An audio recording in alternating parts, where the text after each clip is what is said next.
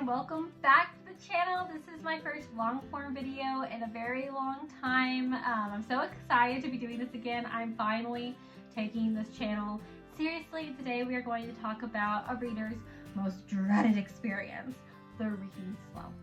So what is a reading slump? A reading slump is when a reader doesn't want to read anymore.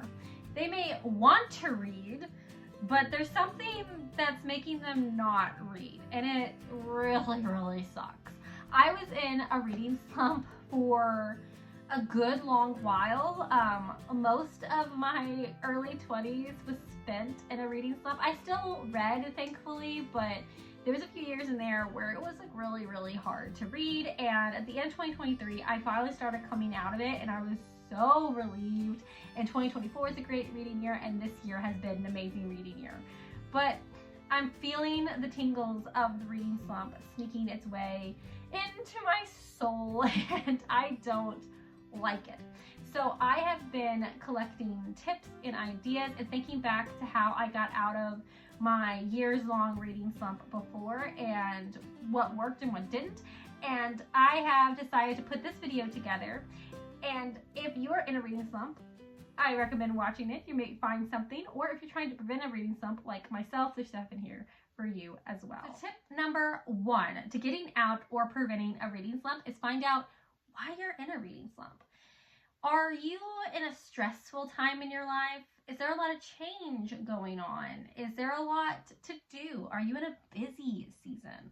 Are you really sad? Are you maybe having lots of low mental health days? Are you struggling with depression, anxiety? Are you dealing with grief?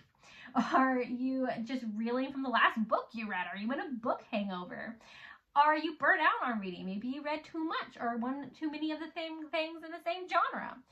All of these are reasons that you could be in a reading slump, and all of them have a different method or way of getting out of them. Like there's a different method, a different way to getting out of each one. So I am going to tell you as we keep going which reading slump goes with which tip and trick. So there's going to be some overlap, and I don't know how to organize my videos yet, so you're just going to have to bear with me. I'll say at the beginning though, so you can find what you need. But yes, tip number one is identify why you're in a reading slump. I know I'm about to hit a reading slump, and I really hate it, but I know it's probably due to a book hangover. I just got done reading Circe by Madeline Miller, and it by far is one of my favorite books of all time now. I loved the character Circe so much. I read this book at just the right time. I've been really into Epic the Musical lately, and I loved everything with Circe in that, and it made me so curious to learn more about her story. And I don't know, it was just so beautifully written. It was so great that I'm like, nothing I'm gonna read is going to be as good. So my next tip is going to be for a book hangover. Next tip, I want you to pick up a book you know you're gonna love. And this can be tricky. You can base it off vibes, sure, but what I more mean to say is, like, if you're in the middle of like a series, pick up the next book in that series. So like I'm trying to combat my reading slump, and it's working doing this right now by picking up the last book in the Harrowfair series, or the last like full-length book. There's a novella that comes at the end, but I'm reading The Fair by Catherine M. Kingsley, and I knew I was gonna love it. I loved books 1 through 4. I'm really into the 5th book. I don't have to get into the world. I'm already in it. I don't have to think about it. I know I love the characters. And I'm just here, I'm having a good time, I'm vibing. And I know as soon as I'm done with this book, I'm going to be cool to pick up anything else. It sparked my interest in reading again. I don't feel like it's going to put me in a book hangover. It's the end of the series, it's wrapping everything up, and I trust that she's going to wrap it up well. So, yes, pick up a book that's from a series that you're already in love with. Piggybacking off of that one, you're going to pick up and reread a favorite. Again, this works more for the book hangover type slump, but this can also help if your slump is affected more by your mood. Like say you're down or you're stressed, because you're already going to know what's happening in the story. There's no stress in it if you know what's going to happen. There's no surprises, and you can just pick up like your favorite comfort cozy read. Some of my favorite books to reread are like The Mortal Instruments and Twilight. I tend to go back to the books that I loved as a teenager.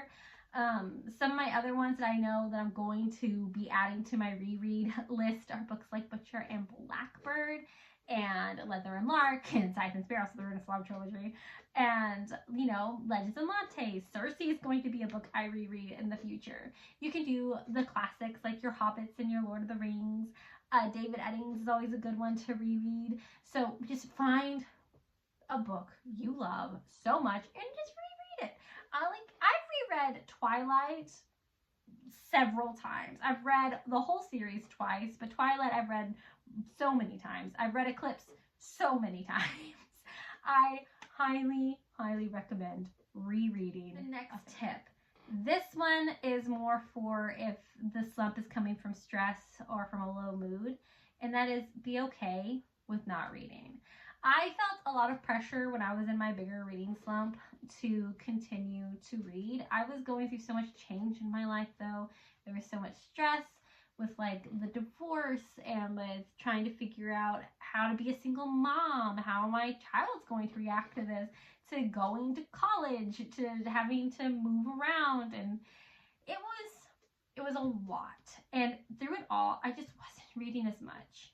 And I felt really bad about it, and I forced myself to read quite a bit. And sometimes that worked. Like, I read The Raven Boys and The Dream Thieves during this, and I loved them so much. They provided me a much-needed escape and some relief from the stress of life. I read some Laura France novels, and they were really great to help me. But beyond that, it was really, really hard for me to enjoy a book. Like, I read a lot of graphic novels to try and pad out my Goodreads, because even like with the Raven Cycle books I was reading, the Laura France books I was reading them slow. I was still like trudging through because I didn't have time. So I picked up a lot of graphic novels, and if you were to ask me right now what any of the graphic novels that I read during that time were about, I couldn't tell you. I wasn't absorbing anything because I just didn't want to be reading. And they were graphic novels I would have loved. I've gone back and reread some of them, and I really liked them, and I loved some of them. I think one of the Heartstoppers I read during that time, didn't absorb it, went back, reread it, and went, this is amazing.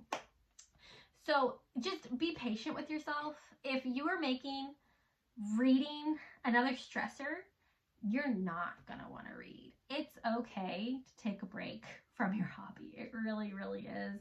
If you need permission to let that hobby go for a while, that's your permission. You're always going to be a reader if you love reading. Just, again, be patient with yourself. Take a break. Go like a few weeks, even a few months if you need to, and then try to pick up a book again. Or pick up a book that you think you're gonna love and be okay with reading it slow. Let go of whatever reading goal you have. Set your Goodreads goal if you're like me and used to like to use the Goodreads reading goals. Set just one book for the whole year, and just let go of any of the stress that comes with reading, because reading should be fun. It's a fun hobby to have.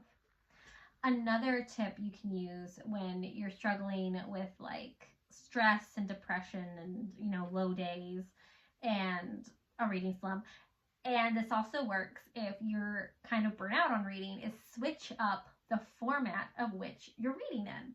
So if you only read physical books, try to switch it up.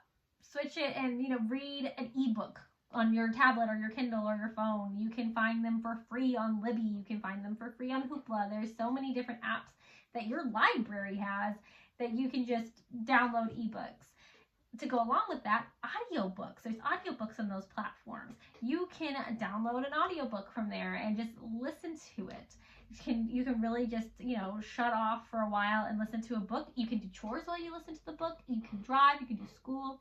It's wonderful. It's a way to absorb the story, and it requires very little effort.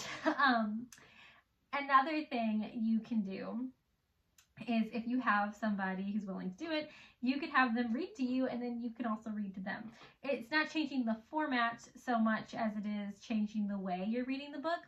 So like if you have a partner, you could sit down and they could read a chapter and you can read a chapter. If you've got kids, you could pick a book that you're going to read together and you could read it to them, and you can have them practice reading with you if they're younger. Just some things to kind of mix it up, spice it up a little bit. Okay, this next one is if you are dealing with a slump due to burnout or a book hangover, and this one's really fun. It's to go book shopping. And it doesn't have to be to a bookstore. It can be the library. Go, check out books in the library. Just wander the shelves, grab whatever you want. Go to Barnes & Nobles. Buy yourself a new book. Go to the local used bookstore. Get yourself something nice. Go to the little free libraries in your neighborhood. Just obtain a new book. Even if you're like me and you have hundreds of unread books on your shelves and in your physical TBR, it's okay. What's one Sometimes more? Getting something new and shiny can just spark your interest, and you can just be like, I've got this new fun little toy. Let me go play with it type of mentality with it. I've got this new book. It's so pretty. It's so wonderful. And I'm going to read it. It's a great way to get out of a slump. This next one, I wouldn't recommend it if this reading slump is because of stress or some other type of mood-based slump. This is only if you're feeling, or really even with the burnout. This is really only for if it's a book hangover. And you can carefully do it if you're just kind of burnt out on reading, like you've done too much reading. But do it carefully because you don't want to further burn yourself out. And that is join a readathon. There are so many readathons that take place throughout the year. You can find them on YouTube and Instagram and Twitter, or X, sorry. I'm sure there's some on TikTok. You can just go find creators, and people are going to be making readathons. Go find the bookish people, the bookish content creators, and they're going to have readathons that you can just join. Or make one of your own. Decide you're going to do a 24-hour readathon. I did that recently, and it was wonderful. It's how I finished Cersei, and how I ended up kind of feeling like I was ending up in a slump. But that's neither here nor there. I'm planning on doing another similar-esque one. That's not a 24-hour readathon. Next week, maybe. Just try to see how much I can read, and I think that's it'll help pull me out even further, the book hangover. But readathons, do them. But if you're stressed, don't do them because sorry. This is a completely different day from when I first started filming this. I was editing the video and I realized my outro looked a little wonky, so I had moved my phone, which is what I'm filming on, off of the tripod to go answer the door at the end of the video, came back to film the outro, and it set everything up wrong. You could only see my mouth at the outro. It was like really weird. So we're gonna do the outro. Anyways, thank you so much for watching this video. I hope you got something out of it, some new tip or trick that you can try to help with your reading slumps. If you're interested in more bookish content and nerdy content, and when I say nerdy content, I mean anime, cosplay, video games, comic books, superheroes, crochet, please like and subscribe to the channel. Like, comment, subscribe, all that stuff with this video. And I am going to start posting more long form content coming up, as well as the shorts that I've been posting nearly daily. So yeah, there's going to be lots of new fun stuff to enjoy here. Again, thank you for watching. I hope you have a great rest of your day, and good luck with those reading slumps. Bye-bye.